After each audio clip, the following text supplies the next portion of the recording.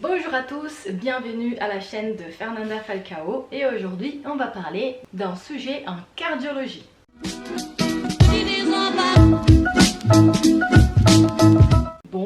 J'ai décidé de parler de ces sujets aujourd'hui à cause d'un cas clinique que j'ai vu avec une des internes il y a une semaine plus ou moins et on a fini par discuter des critères d'Esgarbosa.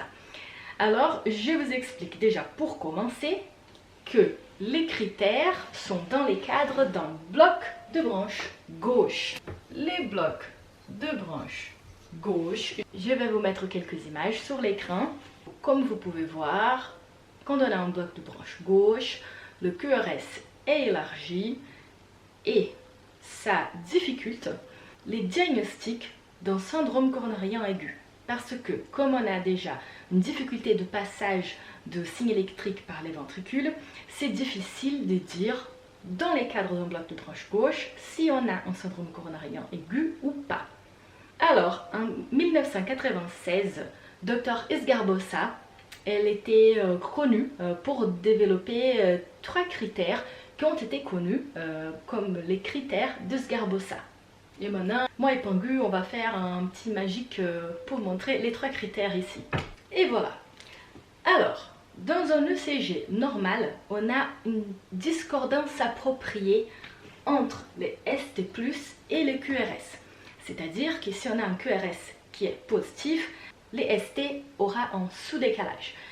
Et l'inverse. Si on a un QRS qui est négatif, on aura un sus-décalage. Normalement, il y a cette discordance qu'on dit appropriée. D'accord? Pour les critères d'Esgarbosa, ils vont parler donc d'une concordance qui est positive, donc pour un ST positif et un QRS positif. Donc voilà, premier critère.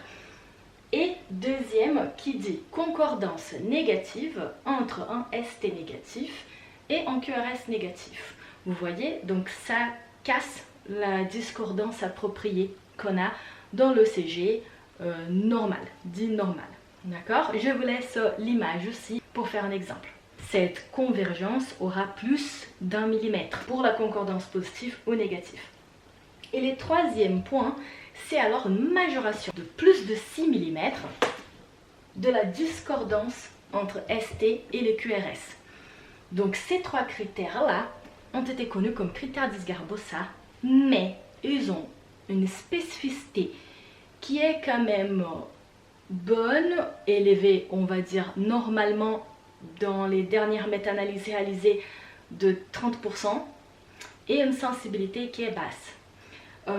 Donc, à cause de cette spécificité et sensibilité, on a eu de modifications proposées par Smith. Par contre, ces modifications sont un peu complexes.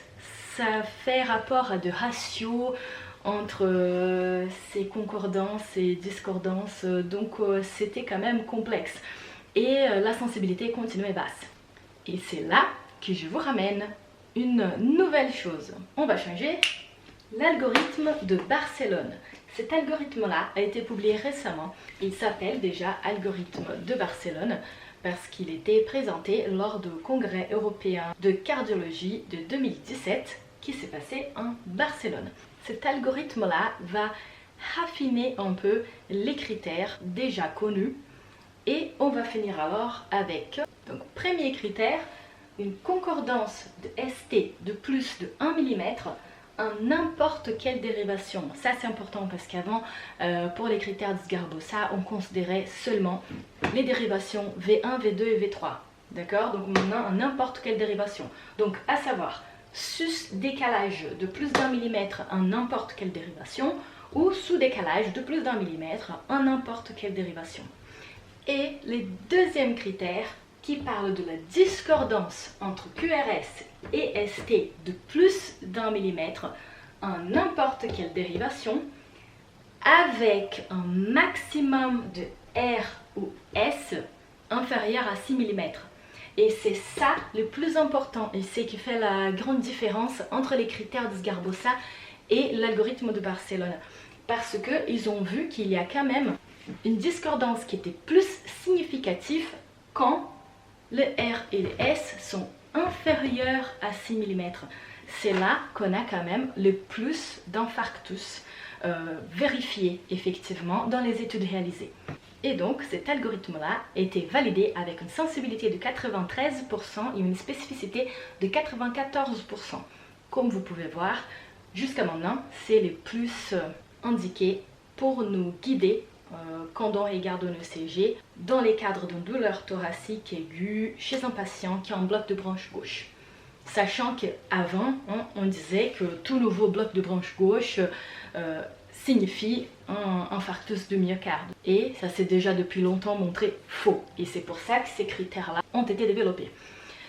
Alors, pour un petit résumé simple, pour finaliser cette vidéo, on a un patient, Monsieur Bob, avec un bloc de branche gauche. Qu'est-ce qu'on fait quand on va analyser son ECG? On va utiliser l'algorithme de Barcelone, qui était basé sur le critère de Sgarbossa et les critères de Sgarbossa modifiés par Smith. Sachant qu'on va alors considérer, première chose, une concordance entre QRS et ST en sus ou sous décalage de plus de 1 mm et deuxième chose, une discordance entre les deux de plus d'1 mm avec un maximum de R ou S inférieur à 6 mm et ça en n'importe quelle dérivation.